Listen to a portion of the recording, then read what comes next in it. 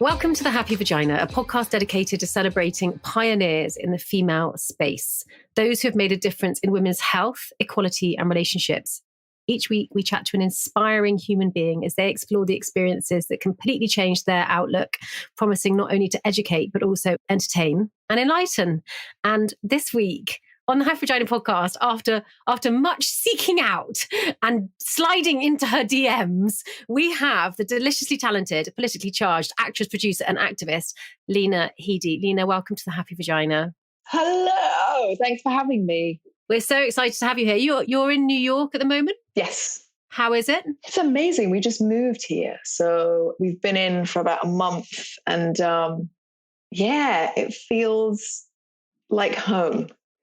Just more social and more open worldly loveliness. You know what I mean? Yeah. LA's got its own thing, but I have 2 kids. So I was like, I don't want you to live in a car. Yeah.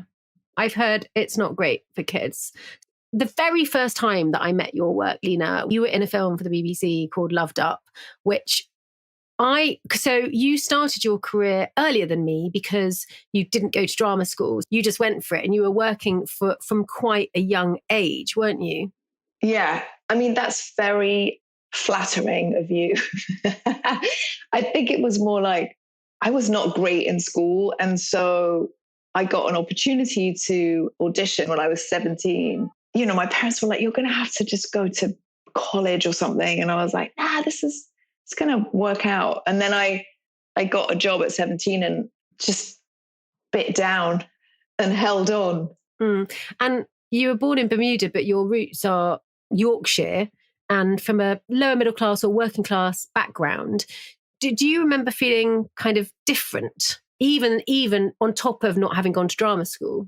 I think later I did. When I first started, I was just so green and new to the circus. So I remember like my first job, I got a pad and a piece of paper and I wrote every single person's phone number down. I think they were landlines back then. Because I was like, I'm going to stay in touch with everyone forever. And then, you know, obviously it gets less and less and you realize the transient nature of what we do and how you're going to cross paths with everybody here and there. And I think it wasn't until later that I started to, you know, it's that awful thing of when kids are little, there's no awareness of you being different or like hiding any part of you. And then as you grow up, you start kind of, I don't know, the world does that to you, whether that continues or it's a brief moment, I guess, is your nature and all of that stuff.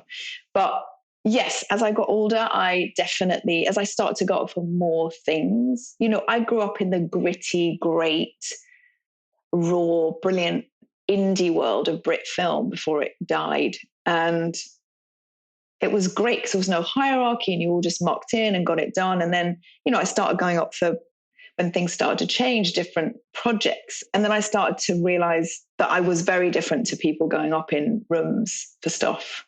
What was the impact on you, do you think? Did that make you think, fuck this, I want my seat at the table? Or did it knock that kind of young confidence that you had where you kind of went in blind, just absolutely chuffed to bits to be working?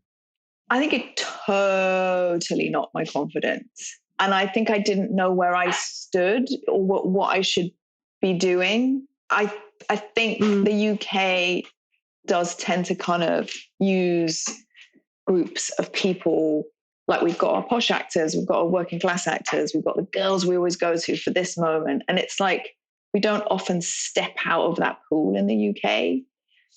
And I found that I didn't really sit anywhere. It was really tricky to get the jobs that I wanted so badly because I didn't really fit into any of it.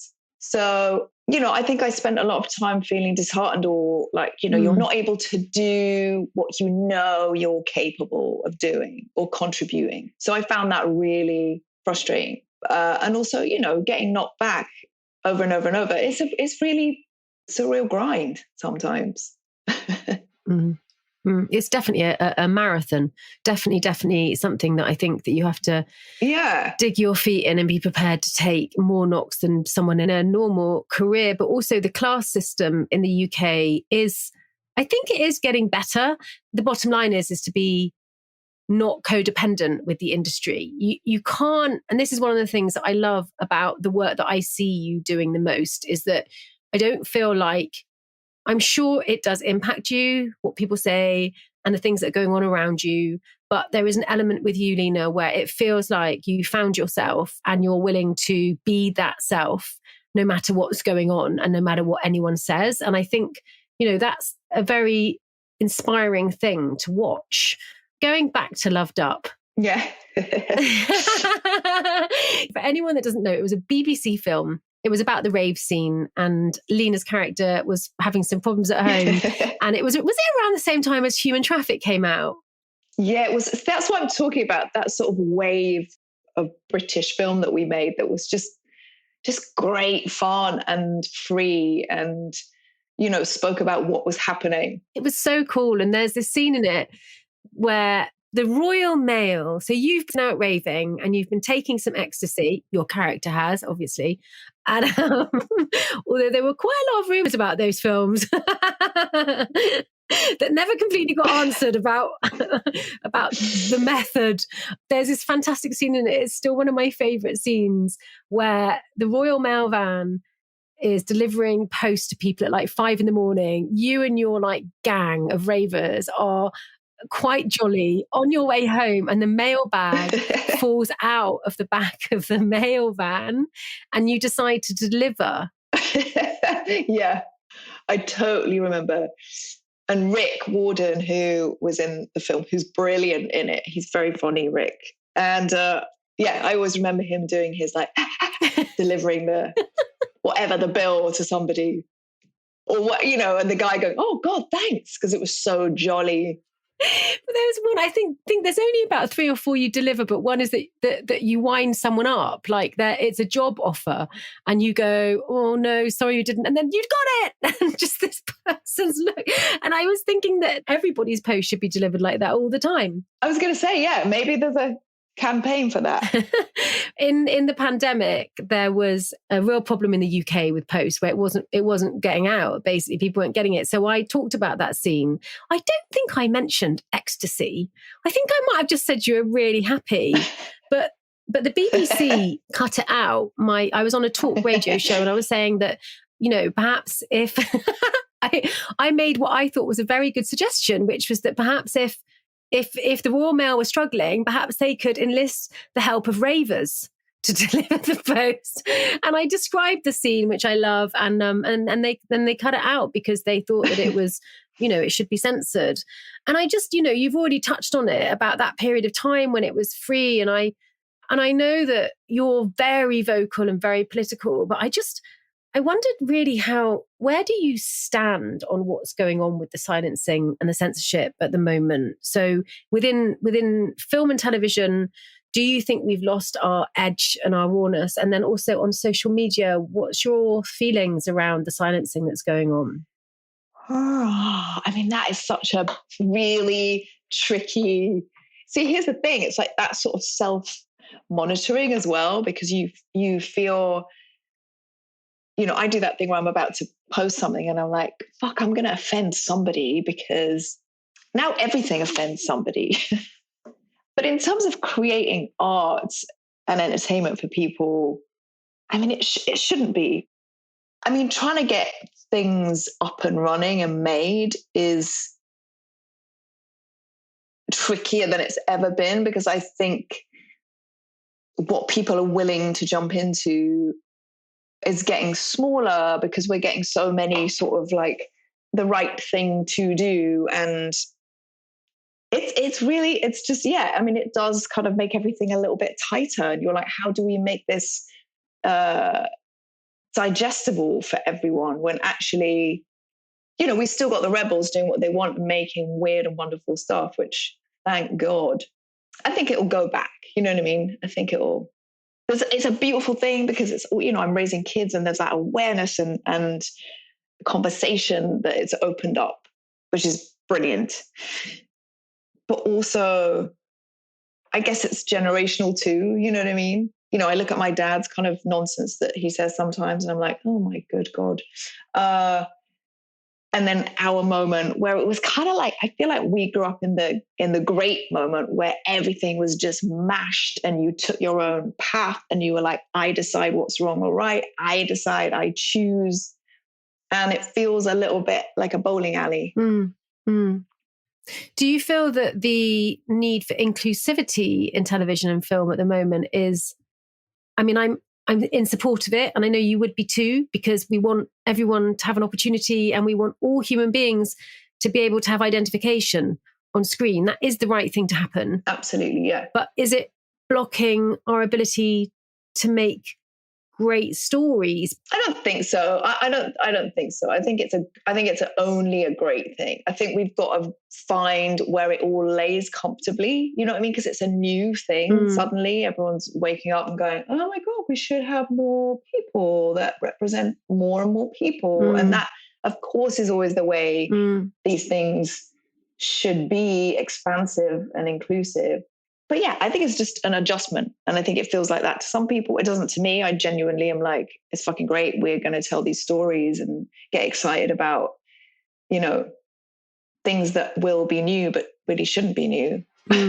You know, like everyone talks about, obviously, if you don't see somebody doing the thing you want to do, you think it's impossible for you to stand in that place. So I think it's a wonderfully powerful thing.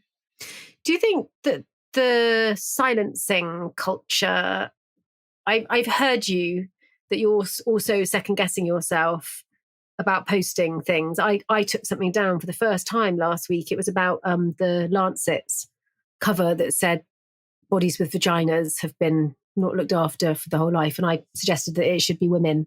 And I got a lot of backlash. And I took it down because I don't want to hurt people, actually. You know, but then when the Lancet apologised. What was their backlash? I was called probably by about 300 people on the feed when I woke up the next day that I was a TERF, which I had to Google. And I didn't know what it meant. What is that? And I tried to engage and say, I don't believe I am trans exclusionary, but with all the work that I've done in the female space around female health, I've just written a book on it. I've looked in detail at the history of women's health and how women's bodies, and that doesn't mean that other people's bodies haven't also been badly treated, but that's my, you know, my mum died of ovarian cancer. That's my work. That's my life work. That's why I do this work to adjust that. And I said, and I think that I can say that without being exclusionary, and they weren't having it. But I don't want to hurt people either, Lena. Like, there is a bit of me that, as a sensitive and as an empath, that... But this is the other thing I like social media. So you make a post and then everyone makes a judgment, and there's no place to sit and have a conversation with a person who feels a certain way and yourself. You know, I think that's the thing, is like, you do something, you want to engage because you're like, no, listen to my point of view. And then you want to get into it because you, like you say, you don't want anyone to feel targeted or left out or whatever it is, whatever someone's feeling. But it's a really tricky thing because there's no recourse after that. It's just done. When I think, you know, it's kind of, that's a really sad part of posting things. I mean, I suppose also the people that are strong-minded about a topic to attack are also very difficult to have a conversation with. Even, I mean, I'm not talking about in real life. You're talking about a humanitarian kind of, like, actually real human beings connecting. Yeah. But even online, I think when the people that I would suggest that the individuals and the packs that are being quite so strong in their activism and so clear that they really have such a strong line, you're not going to be able to get them to have a conversation with you about it. You know, it's like they've made the decision. That's what I'm saying. Yeah, that's what I mean. It's like you go out and you're like, here's this thing, because it says something to me, and then it can destroy someone in a second, and then you feel understandably responsible, and you're like, no, let's have a conversation. But there's no room to have a conversation, and then it's just a loss because, as you say, people are convicted. I mean, I'm very grateful for how political you are. You know, there's this fantastic Toni Morrison quote that if you have a platform, if you have power, then your job is to help other people. And I feel that with your platform outside of your work in the arts, because really social media, while it's creative, it's not the same as the work that you've done, this kind of body of work that you've got as an actor and now producer. But I think it's so important. And I really do think it's brave. Do you think that it's harder for a woman to be that vocal about political subjects? I don't think it's harder. I think it makes you, here's the thing, and you know it, and it's like you make a post about feminism, you make a post about queer love, the amount of boys that go, right, well, I'm following you. It's like, okay, I'm really sad about that, so bye. So I think in that space, yes, if you're a woman and you're like, here are the things that matter. Here are the things I give a shit about. This is important. There are certain groups of people that get really offended by that. Do I care about those certain groups? Not deeply, no. We're going to take a very quick ad break. And before we do, I wanted to let you know that this podcast was produced in association with Albright, the leading career network for women. Got a mission, a 5-year plan, or an outrageous dream? Albright will have your back. They had mine. Visit www.albrightcollective.com to join their free community today, or download the Albright app available in the App Store. Albright, a global sisterhood for ambitious women.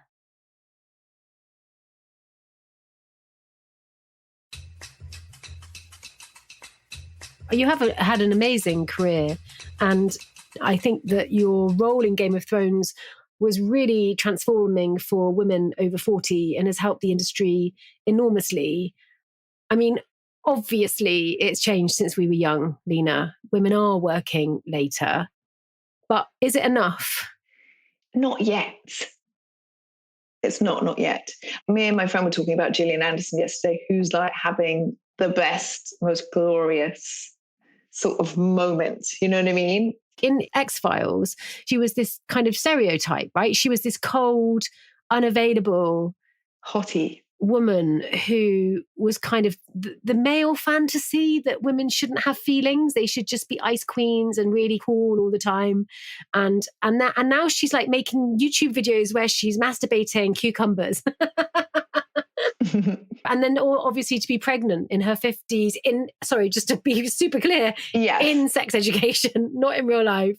No, it's amazing. I'm loving everything she's doing and the sort of diversity of roles she's getting. She's playing Margaret Thatcher, who, God bless, was not the most attractive woman in the world. And then she gets to play, this kind of, like you say, on sex education, this sort of liberated, beautiful, sexy woman in her 50s. And yeah, there's an incredible thing that happens as you get older, which is exactly that. You just give so less of a shit about anything. But she's also fought for stuff. So I think really one of the moments, and I would put you in this camp too, of being a real fighter. From the bits I've known about you through the years, Lena, I do think you have a very right-sized, focused ambition that you deserve a seat at the table. When I was in Game of Thrones, I started that age, it was 10 years of my life. I was like 37 or something. And I guess, even 10 years, it's like you step into your power kind of at this point. And there is a really long way to go still of embracing and seeing women after a certain point of being relevant. But you have to push. That doesn't ever... I think people think you get to a point and then you sort of just cruise and it's like everything just falls in your lap. And that's so, so untrue, far from the truth. It is a never ending, like, you've got to keep shifting and evolving and pushing on doors till they open. Well, the road gets narrower. Yeah, totally. Actually, it gets wider for us as in our hearts and as women, like in our individual lives, we're widening. Physically as well. Exploding. Hormones. But the work and the creativity to a certain extent and the standard and the level of work that you want to do, you set higher standards for yourself. How do you balance being ambitious and dedicated and having an element of like humility or surrender? And what's your practice around that? How do you let go if something doesn't work out? Also, like, just let me say it, but I was just thinking about that too, about this kind of thing as we're getting older and the opportunity and this change. And it's also like, if you watch that brilliant show with Susan Sarandon and Jessica Lange when they played Feud, Bette Davis and Joan Crawford. Do you remember that? Oh, yes. And it was like all these men plotted these two women. You know, they would have had the greatest sisterhood and held each other up. And they didn't. They were destroyed by men. And I was thinking, our conversation and our sort of collective feminism is greater than it's ever been. And I think that's what's changing things, is women are feeling less in competition with each other and more like, let's fucking make this work. You know, so you've got a female producer, female writer, female director, and they want to get a great female lead for their movie. So this is what's changing, which is the beauty, is women are getting the creative power. That's making a massive difference, which I love. That's so interesting. That's absolutely right. The competition between women is eroding away, isn't it? That ingrained social conditioning. Well, it's been exposed. Yeah. Yeah. It's like, this is what's happened now. This is your path and your freedom. Yeah. Is like, you've got to band up because you're so powerful. Yeah. She's not your competition. She's proof that it can be done. Yeah. Thank God the industry's changed for young women coming through. But I remember when I first started working, and actually people in the industry were in so much pain that if you were a young woman, people could be quite spiteful. Like, I try as much as I can now to any young woman, no matter what industry they work in, to be kind. When I first left university and then drama school, literally everyone saw me as a threat. Yes. Everybody. You know, it's like it was basically a feeling of there's not enough to go round.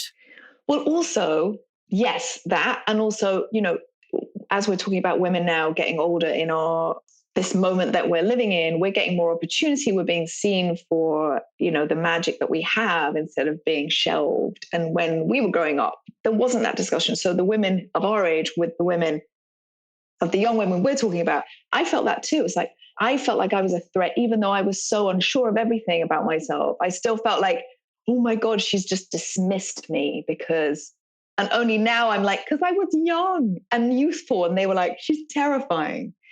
And that's beautiful. Like you're saying, you know, now any young actor, writer, whoever I meet, I'm like, fuck, I want to help them and protect them. But the thing is that the women, when I was young, we're blessed now with such a high level of understanding of our own mental health, if we choose to go there, that we can understand and we can unpick where our feelings are coming from, which I don't think generationally when we were young, they were still kind of the war babies, and they were still actually had very critical parents, and you know, we're the ones that got to deliver the post and from the back of the post van. Hi, on ecstasy or not. Maybe on ecstasy, maybe not. Who knows? Check your postman's pupils. That's my advice. Oh, I loved it. Honestly, it's still one of my favourite scenes ever. It makes me so happy. But it also gave me identification. I was part of the counterculture. You know, I was a working class girl who didn't know where I fitted in, and I was raving at the time, and seeing that film made me felt like I belonged, you know, and it was important. It was really important. And you were like, and I can work for the Royal Mail, so I know where I'm going. Maybe I'll get to work with Lena. Oh, and here we are. So do you think Game of Thrones was like a leading bastion in terms of putting women in television, older women? I mean, I don't know. I mean, I think it changed. It was interesting. There was, I saw an interview because they're doing a new Game of Thrones now, and there's a few young actresses in it. And I saw an interview with one of the actresses, and she said, you know, you look at Game of Thrones and it was so anti-feminist and graphic and old school. And I was like, whoa. Slow down, sister. Slow down. And there were moments in it, like, you know, it's, as we said before, like everything's an evolution and you can only learn by doing, right? So there were moments in that I think were incredibly, in the show, that were incredibly boundary pushing and shape changing. And there were also some really old school moments, but I think the show was about brutality and women surviving. It was a fantasy at the end of the day. And there were zombies that ate babies. So it was a fantasy. It's interesting that they're saying that. I do remember towards the end of Game of Thrones, a few actresses were starting to say that they didn't want to audition for it because of the gratuitous skin. It was of its time and it grew. One of the topics that I find most interesting at the moment is about objectification. And, when Dita Von Teese came on the podcast, she said, and of course she would say this because it's how she makes her money is being objectified. But I liked it. She said, that she felt that the last hurdle for women will be that women will be allowed to say without being shamed that I like to be objectified. And I hadn't really heard anyone talk about that. And I think it's a little bit like, it's a really interesting debate. And I think it's on par with cunt.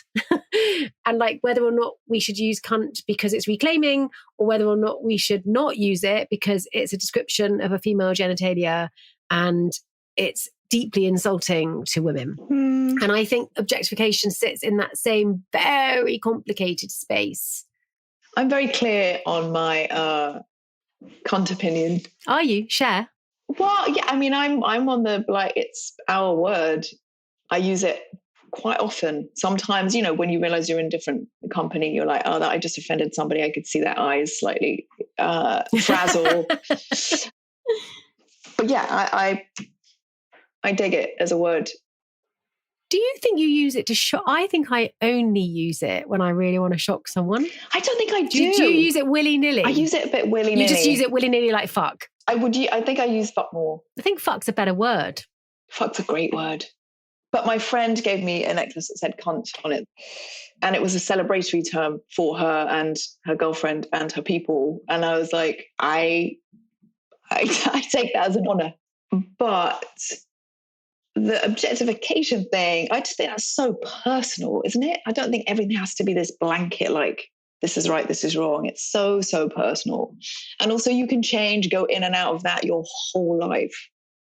And when things are done beautifully, it's like incredible to be part of something like that. You know what I mean? But I mean, that's what we were saying earlier about, like, you can dissect everything down to the thing where it just becomes a piece of ash. And you're like, well, that's gone. How about some cheese? I know that, like, for me, I actually was chatting to a young woman on last season and she went, I don't know about you, Mika, but I've kind of grown into my activist and my feminist. And do you feel that you've changed? Like, has what you feel is acceptable as an actress in terms of sex on screen changed? Or do you sort of feel like you got quite a lot of stuff out of the way? I mean, I feel it's changed in that, when I was younger and I started at 17, I didn't have a voice or an understanding that I could say no to certain things or, say that's too much and discuss another option. I would just sort of be like, okay. And that wasn't because anyone was holding me ransom, but I didn't know that I had a choice. So the great thing now is so many young actors and actresses know that there's a choice and there's a really big noise to be made if you need some backup. And that's fucking great. I just did a film at the end of last year and I strip in it. And part of me was like, you know what, when I'm lying on my deathbed, I'm just going to think I worked really fucking hard to look all right. And no one made me do it. No one twisted my arm. It was in the story. It was part of the story. And I was like, yeah, fuck it. I'm just going to embrace it and do the work to make me feel good and then own it. Are you playing a stripper or is it just a scene where you strip? No, it's like her last dance kind of thing. Yeah, it was terrifying. And I was surrounded by amazing burlesque women who are fucking brilliant and love women and just big up women. So I had them, kind of walk me to set and they'd done me up. That part was amazing. I think by the end I was kind of like, oh yeah, it's all right. But obviously the beginning, I was like, what the fuck am I doing? It's like 6:30. I'm really tired. I've got 2 children. What is going on? But ultimately, it's there. It's done now. It's committed. So that's that. What's the name of the film? I think it's going to be called 9 Bullets. Okay, great. We're going to definitely be looking out for that. What do you think needs to change about sex on screen? So one of the huge hits of last year was Normal People. I don't know if you watched it. Yeah, and I watched a little bit of it, and then I just couldn't, because they had this sort of like teenage sex where she came like really easily. And I just, I do know there are some women who do experience climax like that, but I would definitely say they're in the minority. And so I stopped watching it because I just thought this isn't really a great representation for young women to be seeing this. Do you have any feelings around how women are represented on screen in terms of sex? Because really we've had kind of like penis in hole sex, maybe a tiny bit of foreplay and a woman coming to climax very quickly. Yes, it's barely any foreplay, is it? It's just like suddenly she is mounted and she is orgasming in like 2 minutes. So, as you just said, quite a rarity in real life. I was starting to have this conversation with my son, not about that moment in particular, but I was like, we really need to talk about what it truly really is in the real world.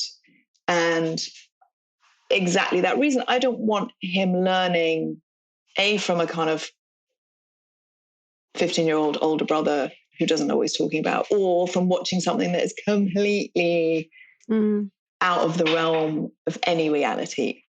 Because I think our boys go out into the world and they're like, nothing's expected of me.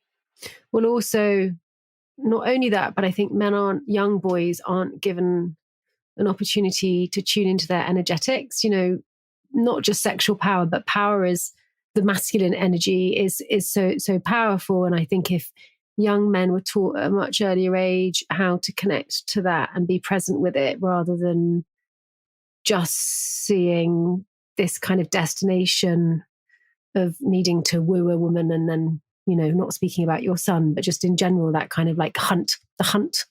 Yeah, I mean, that's a massive conversation. Yeah. The thing about adding into film more foreplay, it's 20 to 40 minutes on average for a woman to get fully aroused in order to, if that's what they're trying to do, have a climax if they can. Yeah. Obviously we can't add 20 to 40 minutes in every film. I mean, you could. It would be a standalone episode. But what does it really mean for women then to be exposed in that way? Like, does it mean that to a certain extent, women become more objectified? Oh God, I don't know. I mean, it's such a maybe that's yet to be made as some groundbreaking celebratory piece that doesn't do that. You know what I mean? Well, Blue is the Colour did it, the film about the two women, but that was about a lesbian love affair. So I think it was different. I'm kind of on the fence a bit. Like, I know it needs to happen. What I do know is that I think realistic climax for both parties, because I think both men and women are being unjustly represented in film and television. So when sex is necessary for a TV and film, I think that human beings deserve to have a more intimate and realistic representation of what it is, because I think that men are being taught that it's just this kind of like wham bam sort of thing that's just really easy, as you say, and women are being taught through movies and television that they should be something they're not as well. I mean, sex is fascinating, do you know what I mean? And did you see that chick on TikTok who, I can't remember, she was taken down or something because she was talking about, I can't remember, she was like, why you should have sex before you date someone 35 times. And she was like, we went on 30 dates. He was great. I was like, do you have any kinks? And he was like, no, I just like to talk dirty. And she was like, cool, that's good. I like it. And she said that they were fucking and he started saying, yeah, you want my baby, huh? You want me to make you pregnant so everyone knows you're mine? And it was real. And she was like, what? And he was like, talk back to me. And she was like, what do you want me to say? Are you going to be happy being a single dad? Are you going to pay for my abortion? Like, is that like and also there's been that sort of report about boys going out and having sex and so I don't know what the answer is. I mean, we just have to talk to our boys and girls openly and honestly and with no kind of squirm. Yeah, because it's like, it's got to be a gorgeous thing. Yeah, it's changing anyway. It's so exciting that we can even have this conversation. I mean, it's a miracle that I can have a podcast called The Happy Vagina and talk about sex with those women I love. I know. I told my kids that this morning. I was like, I'm going on a podcast called that. And they were both like... That's so sweet. It was very sweet.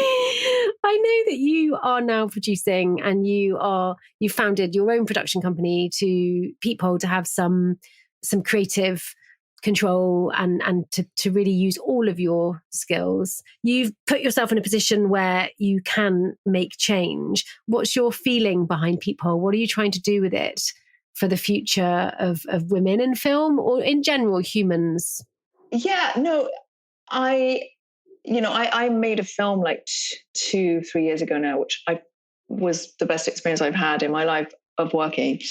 And then I thought, it's going to be really easy to just cruise and make a feature. And it still hasn't happened, although I'm clinging on to it happening. Don't give up. Don't ever give up. I know, but it's hard. I know. Especially little budgets are really tricky. But anyway, I digress. I did a pilot that didn't happen, but I met this amazing woman who runs a company called Boat Rock, and she was like, come and we'll give you a production deal. And I was like, that's fucking amazing. And yes, and okay. So I'm still kind of pinching myself that I get to sit on phone calls with such great people and discuss projects that I fucking get so excited about. And so do they. And I said, my kind of who I am as a filmmaker and as an audience and a consumer is very diverse, and that's what I'd like to do. I don't really have a lane, I guess. And Nikita, who I've been following for years, and I think she's just extraordinary.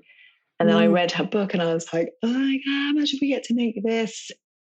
This would be magic on so many levels. And so we chased her.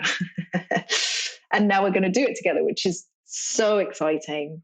So tell us a bit about that project. The Gun Goddess. It's written by Nikita, who's incredible. And it's kind of her story of growing up and religion and partition and discovering her sexuality and moving through this very complicated, spiritually enhanced life. And it's so rich and so beautiful and something that we don't see. And it's I don't know, it's so deep and so vast that to get to kind of spread it out over a number of episodes and really get into all the parts of it is just, So it's going to be a series, not a film?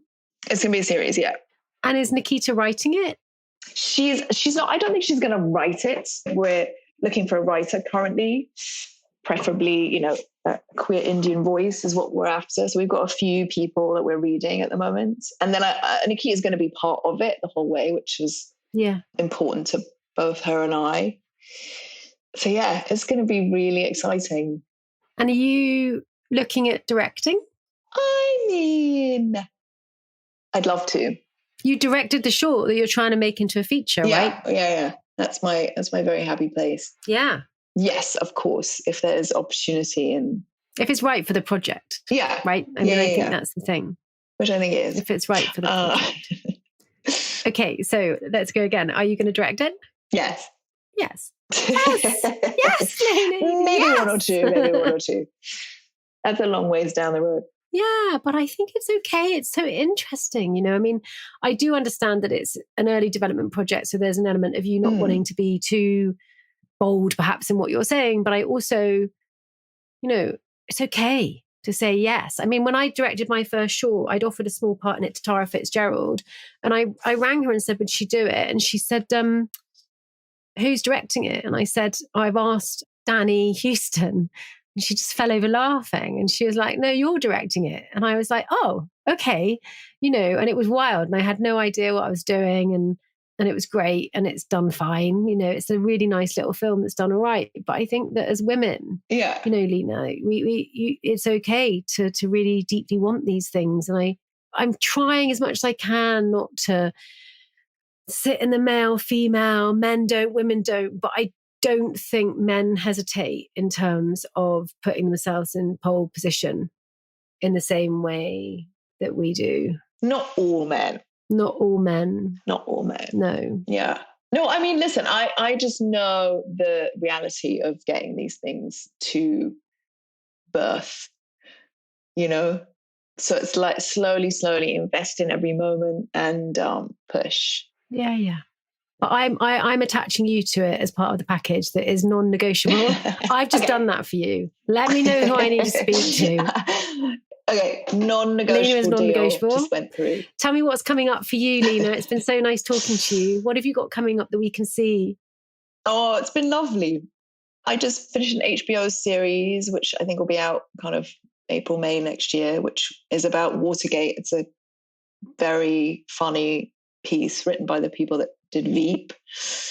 So the HBO is out next year about Watergate. Interesting. Who do you play? I play Dorothy Hunt, who was Howard Hunt's wife, mother of his 4 children, and also a CIA operative. It's bonkers. The true story is totally bonkers and brilliant. And it's Justin Theroux and Woody Harrelson, who are both fucking brilliant. Wow, I'm really looking forward to that. Anything else? Just, lots of little bubbling projects that we are. But what were you filming in Berlin? A film called Gunpowder Milkshake that was on Netflix. Oh, yes. People should go and watch that. It's great.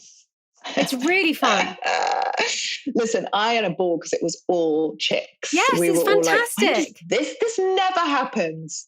Well, it's been out for ages. It's Angela Bassett, Michelle Yeoh, Carla Gugino.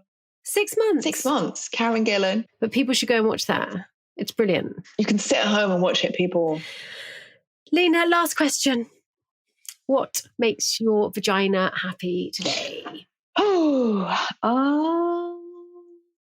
A very good man from Texas. I'm so pleased that you're happy. Thank you for your time today. It's been really inspiring chatting to you. Thanks. I'm Mika Simmons. That was Lena Headey, and you're listening to the Happy Vagina Podcast. Thank you so much for joining us. See you next week.